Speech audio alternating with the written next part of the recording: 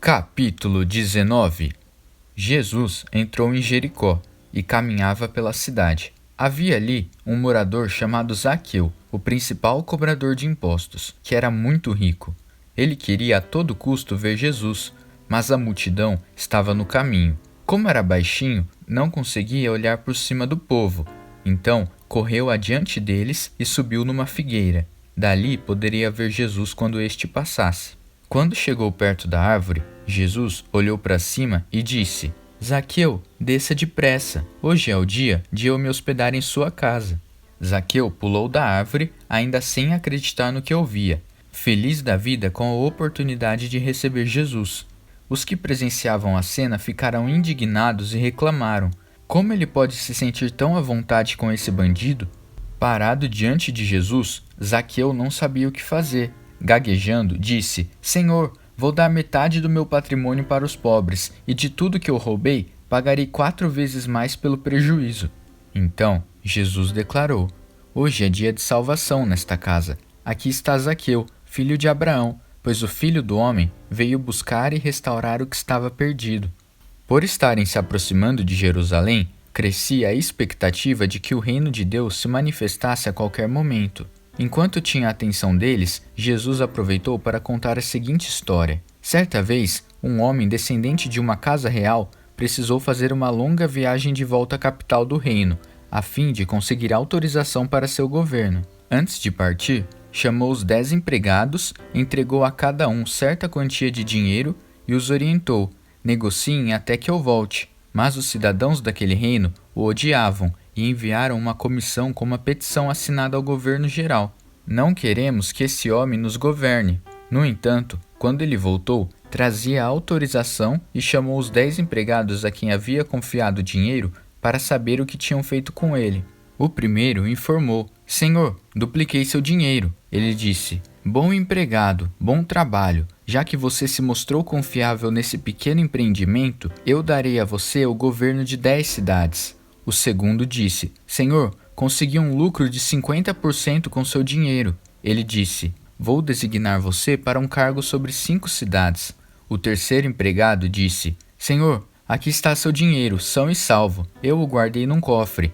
Para dizer a verdade, estava com um pouco de medo. Sei que o Senhor tem padrões muito elevados e detesta a negligência. Também não tolera que ninguém cometa erros. O homem respondeu: Você está certo, não tolero gente que comete erros, e foi o que você fez. Por que não investiu o dinheiro em ações para conseguir pelo menos um pequeno lucro? Então, ele ordenou aos que estavam ali: Tirem o dinheiro dele e entreguem ao que duplicou o capital. Eles estranharam: Mas, senhor, ele já tem o dobro. Ele explicou: É o que eu estou tentando dizer. Quem arrisca a vida ganhará mais do que nunca sonhou. Quem tem cautela demais acabará sem nada. Quanto aos que assinaram a petição contra meu governo, tirem-nos daqui, não quero vê-los na minha frente de novo. Depois de dizer essas coisas, Jesus retomou o caminho para Jerusalém. Quando se aproximou de Betfagé e de Betânia, no monte chamado das Oliveiras, enviou 2 dos seus discípulos com as seguintes instruções: Vão à aldeia que está adiante. Assim que entrarem, acharão um jumentinho amarrado, que ninguém cavalgou ainda. Desamarrem-no e tragam-no. Se alguém perguntar: O que vocês estão fazendo? Digam: O Senhor precisa dele. Os 2 foram e encontraram um animal como Jesus tinha dito. Enquanto desamarravam, os donos perguntaram: Por que estão desamarrando o jumentinho? Eles disseram: O Senhor precisa dele.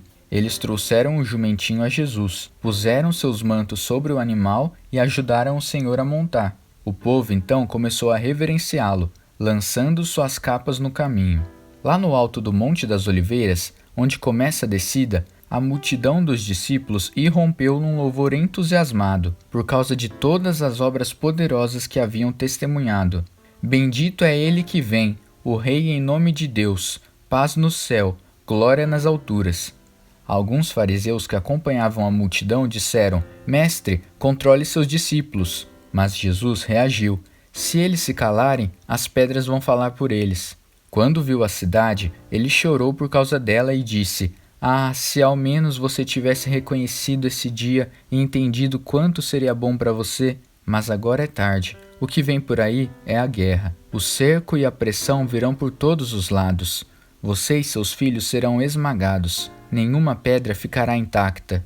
Tudo isso porque você não reconheceu Deus nem o recebeu quando ele veio em pessoa. Quando chegou ao templo, ele começou a expulsar todos os que tinham pontos de venda ali, onde se comprava qualquer coisa. Ele disse: "Está nas Escrituras, minha casa foi designada casa de oração, mas vocês a transformaram em ponto de encontro de ladrões." Depois, Jesus passou a ensinar diariamente no templo. Os principais sacerdotes, os líderes religiosos e os líderes do povo tentavam encontrar uma forma de se livrar dele, mas, com o povo atento a cada palavra que ele dizia, nada conseguiram. Capítulo 20. Certo dia, ele estava ensinando o povo no templo, proclamando a mensagem. Os principais sacerdotes, os líderes religiosos e os líderes do povo exigiram: "Mostre-nos suas credenciais. Quem deu a você autorização para falar e agir desse modo?" Jesus respondeu: "Primeiro, farei uma pergunta a respeito do batismo de João. Quem deu autoridade a ele? Os céus ou os homens?" Eles ficaram num beco sem saída. Fizeram uma roda para confabular. Se dissermos os céus, ele vai nos perguntar por que não acreditamos nele. Se dissermos os homens, o povo acaba com a gente, pois para eles João era profeta de Deus. Tiveram de admitir que Jesus os vencera ali e responderam que não sabiam. Jesus disse: "Então também não vou responder à pergunta de vocês." Jesus contou outra história ao povo. Um homem plantou uma vinha, que foi arrendada para alguns lavradores, e foi viajar. Esteve fora por longo tempo. Depois, enviou um empregado para receber sua parte do lucro, mas eles o espancaram e o mandaram de volta de mãos vazias. Ele decidiu tentar novamente e enviou outro empregado. Sem sucesso. Fez a terceira tentativa. Mais uma vez, eles bateram no empregado e o jogaram na estrada. Então, o proprietário da vinha disse: "Sei o que vou fazer. Vou enviar meu filho amado. A ele vão respeitar." Mas quando os lavradores o viram chegando, pensaram: "É a nossa chance, esse é o herdeiro, vamos matá-lo e ficar com tudo." Então, o mataram e o jogaram numa vala. O que vocês acham que o dono da vinha irá fazer? Sem dúvida, vai exterminar esses perversos e entregar a vinha para outros. Os que ouviam discordaram. "Oh não, ele nunca faria isso." Mas Jesus insistiu: "Por que então está escrito: a pedra que os pedreiros rejeitaram é agora a principal? Quem cair sobre essa pedra quebrará todos os ossos do corpo. Se ela cair sobre alguém, ele será esmagado." Quando os líderes religiosos ouviram a história, entenderam que o recado era para eles. Por isso queriam prender Jesus, mas receosos da opinião pública, recuaram. Esperando uma chance de apanhá-lo, eles enviaram espiões que se fingiam de honestos, com a intenção de levar Jesus a dizer algo que o pusesse em situação complicada perante a lei. Um grupo veio perguntar: "Mestre, sabemos que o Senhor é íntegro e não tem meias palavras, que não favorece ninguém e ensina o caminho de Deus com muito zelo. Diga-nos, é ou não correto pagar impostos a César?" Sabendo que eles estavam mal intencionados, Jesus pediu: "Mostre-me uma moeda." "Quem é este que aparece na moeda? Que nome está gravado nela?" "César", disseram. Jesus disse: "Então, deem a César o que lhe pertence e a Deus o que lhe é devido." Assim, o plano de levá-lo a dizer algo que o incriminasse foi por água abaixo. A resposta dele pegou os desprevenidos e os deixou sem argumento. Vieram alguns saduceus, o grupo que nega a ressurreição, e perguntaram: "Mestre, Moisés nos escreveu que se um homem morre sem filhos, o irmão dele é obrigado a casar-se com a viúva e ter filhos com ela. Pois bem, havia 7 irmãos. O primeiro casou-se e morreu sem filhos. O segundo casou-se com a mulher dele e morreu também. Depois o terceiro. Por fim, todos os 7 morreram, mas sem filhos. Por fim, a mulher morreu. A pergunta é esta: na ressurreição, de quem ela será esposa? Afinal, ela foi casada com cada um deles." Jesus prosseguiu: "O casamento é uma experiência daqui, mas não de lá. Depois da ressurreição, o casamento já não mais existirá, nem a morte. Estaremos numa outra realidade. Toda a intimidade estará concentrada em Deus." A exclamação de Moisés na sarça ardente remete à ressurreição. Deus de Abraão, Deus de Isaque e Deus de Jacó. Ora, Deus não é Deus dos mortos, mas dos vivos.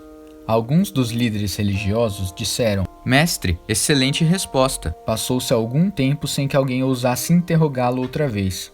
Então, ele fez uma pergunta aos seus opositores: como explicar que o Messias é o filho de Davi? No livro dos Salmos, Davi declara: Deus disse ao meu Senhor: assente-se aqui ao meu lado direito, até que eu faça dos seus inimigos um descanso para os pés. Se Davi chama o Messias de meu Senhor, como pode ele ser ao mesmo tempo seu filho? Jesus disse aos seus discípulos, mas para que todos ouvissem: cuidado com os líderes religiosos. O prazer deles é ostentar títulos acadêmicos, receber elogios publicamente, desfrutar posições de destaque, assentar-se nos lugares principais durante o serviço religioso. Além disso, o tempo todo eles exploram os fracos e indefesos. Quanto mais oram, pior fica a situação deles, mas no fim irão pagar por tudo isso.